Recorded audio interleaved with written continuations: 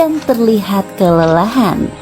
Namun, Kantan terus menggali dan tidak menyerah.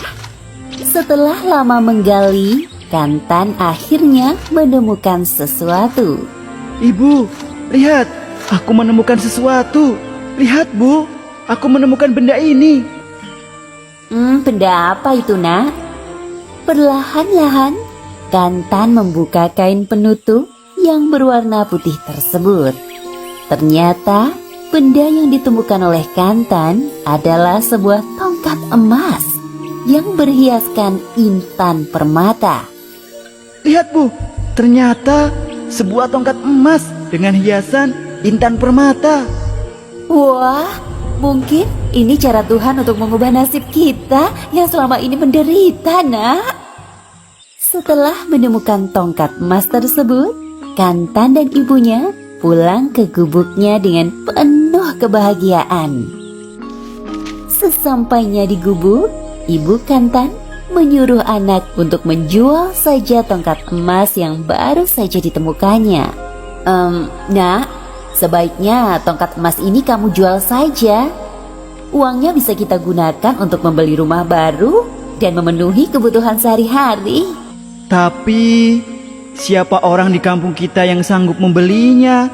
Hidup mereka tidak berbeda jauh dengan kita. Benar juga, Nak. Bagaimana jika kamu jual saja ke pulau lain? Keesokan harinya, meskipun dengan berat hati harus meninggalkan ibunya, Kantan akhirnya memutuskan untuk menjual tongkat emas tersebut ke pulau lainnya. Hati-hati, Nak. Semoga Tuhan melindungimu dalam perjalanan. Segeralah pulang begitu tongkat emas itu sudah terjual ya. Iya, Bu, secepatnya aku akan pulang. Ibu Kantan dengan sedih menyaksikan kepergian anaknya. Kantan menaiki tongkangnya, menyusuri sungai Barumun menuju muara. Kantan kemudian memasuki laut dan membawa tongkangnya menuju Malaka. Berhari-hari, Kantan terombang-ambing di lautan. Sesampainya di Malaka, Kantan menawarkan tongkat emasnya kepada para pedagang yang ditemuinya. Namun, tak satu pun para pedagang tersebut yang mampu membelinya. Kantan sudah putus asa menjual tongkat emasnya. Dia sudah berniat kembali ke kampung halamannya meskipun tanpa hasil. Namun, sebelum pulang, Kantan bertemu dengan Hulu Balang Kerajaan Malaka. Hai nak, benda apa yang kamu bawa itu? Hamba membawa tongkat emas, Tuan Hulu Balang. Kantan kemudian menceritakan maksud kedatangannya ke Malaka kepada Hulu Balang. Coba tawarkan ke Baginda Raja. Siapa tahu beliau berminat membeli tongkatmu itu.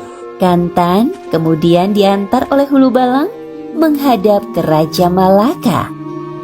Kantan menjelaskan maksud kedatangannya ke Malaka. Baginda Raja Malaka melihat dengan seksama tongkat emas berhiaskan intan permata. Sungguh istimewa benda ini.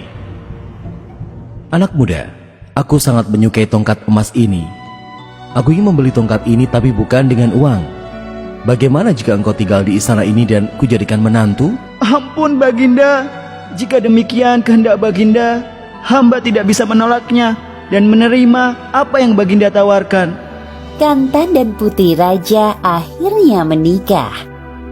Pesta pernikahan diselenggarakan dengan sangat meriah dan dihadiri banyak tamu.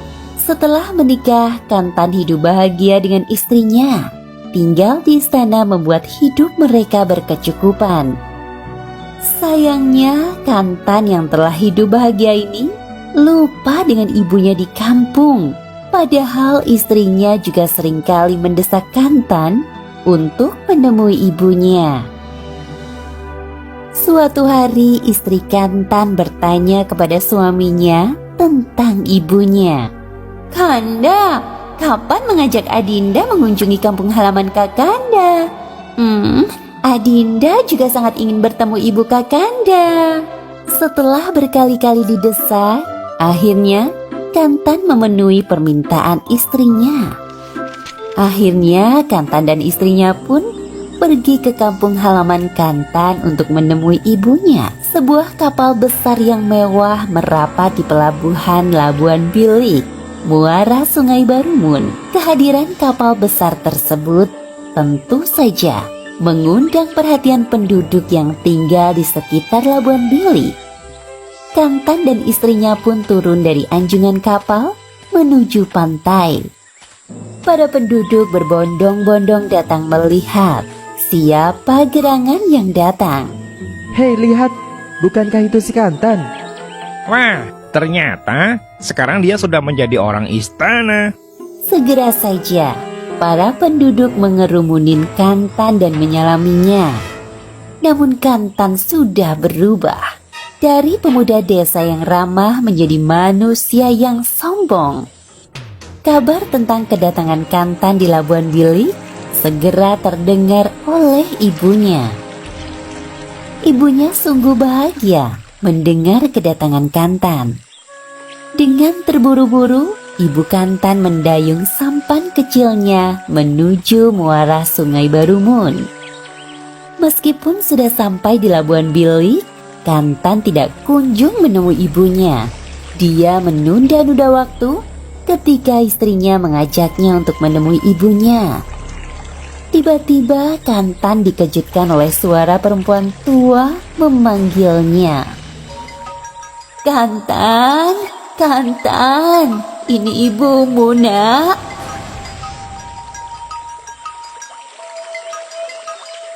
Kanda, apakah itu ibumu? Mari kita turun dan menjemputnya. Bukan, itu bukan ibuku. Aku tidak punya ibu seburuk itu. Aku tidak punya ibu yang buruk sepertimu. Pergilah dan jangan mengaku sebagai ibuku. Nak, apakah kamu sudah lupa pada ibumu? Telah lama ibu menanti kedatanganmu. Kanda, sepertinya ibu itu sangat mengenalmu. Mungkin dia benar ibumu. Hai perempuan tua gila, jangan dekati kapalku. Segera pergi dari sini. Pengawal, usir perempuan tua itu. Setelah pengawal mengusir ibu Kantan, kapal besar tersebut bergerak meninggalkan Labuan Bilik kembali ke Malaka.